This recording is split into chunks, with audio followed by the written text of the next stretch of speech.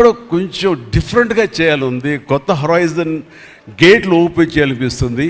ఈ సినిమా నాకు అలా ఉపయోగపడుతుందని అనిపిస్తుంది. అంటే దాని వాళ్ళ సినిమా చూశారు, అది 100% కరెక్ట్. తను కూడా అదే ఎక్నాలెడ్జ్ చేశాడు. ఈ సినిమా తర్వాత ఒక 40 ఏళ్ళు ఉంటాను ఇందాక తను అన్నమాట వాస్తవం. నటుడుగా ఎంత ఎక్కువ కాలం మనం జీవిస్తాం అనేది తప్ప ఒక హీరోగానే పట్టుకొని ఇలాగే ఉండాలి అనుకోవటం అనేది కరెక్ట్ కాదు. అండ్ ఇలాంటి క్యారెక్టర్ ఎంత బాగా చేశాడంటే నేను తర్వాత చెప్తాను. సో ఫస్ట్ ఆఫ్ ఆల్ ఇలాంటి సినిమా శేఖర్ కమ్ముల ఏ ధైర్యంతో నాగుని అడిగాడు, నాకు ఏమి ఊహించుకుని ఫ్యూచర్లో ఈ క్యారెక్టర్ చేస్తాను ఒప్పుకున్నారు. ఇదే ఫస్ట్ సక్సెస్ అని నేను భావిస్తున్నాను ఈ సినిమాకి.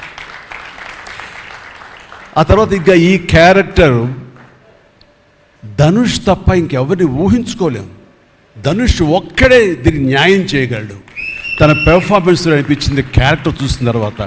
నిజంగానే తిరుపతిలో సినిమా చూస్తుంటే తిరుపతిలో ఓపెన్ చేసినప్పుడు కింద ఒక యాక్సిడెంట్ అయ్యే ముందు బెగ్గర్స్లో కూర్చున్నప్పుడు ధనుష్ అని గుర్తించాలి. నాకు ఆ పరిగెత్తేంతో నాకు గుర్తించలేకపోయాను. అంతగా క్యారెక్టర్లో యూ ఇన్వాల్వ్ సో మచ్. నీ గెటప్ కానీ అన్నీ కానీ సో అంటే అక్కడ తెలిసిపోతుంది తన డెడికేషన్ ఏమిటో ఆర్టిస్ట్ గారిది.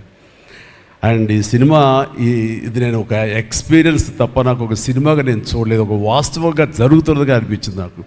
అండ్ శేఖర్ కమ్ముల డీటెయిల్డ్గా నేను మిగతా అందరి నుంచి మాట్లాడే ముందు అసలు నువ్వేమిటి, నీ ఆలోచన విధానం ఏమిటి అనేది ఇట్స్ ఎంటైర్లీ డిఫరెంట్.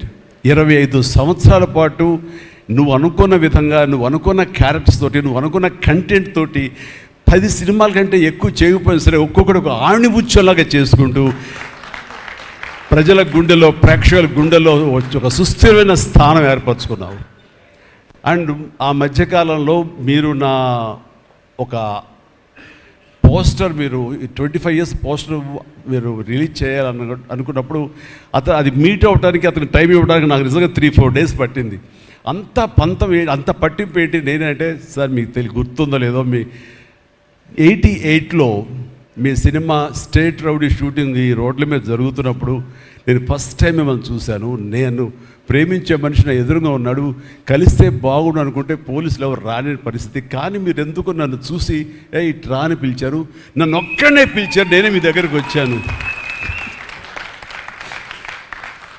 నేను ఎందుకు పిలిచానంటే అతను అందరికన్నా హైట్ ఉన్నాడు కాబట్టి ఏదో తాపత్ర పడుతుంటే రమ్మని పిలిచుంటాను తప్ప అతనేమనుకున్నాడంటే నా లోపల భావాలు కానివ్వండి, నేను ఆ ప్రేమ కానివ్వండి నేను వ్యక్తం చేయగలిగాను, అది కరెక్ట్గా కనెక్ట్ అయింది అని తను అనుకున్నాడు. బట్ ఏమనుకున్నా సరే వచ్చిన తర్వాత నన్ను మీట్ అయిన క్షణం ముందు వరకు భవిష్యత్తులో ఏం చేయాలి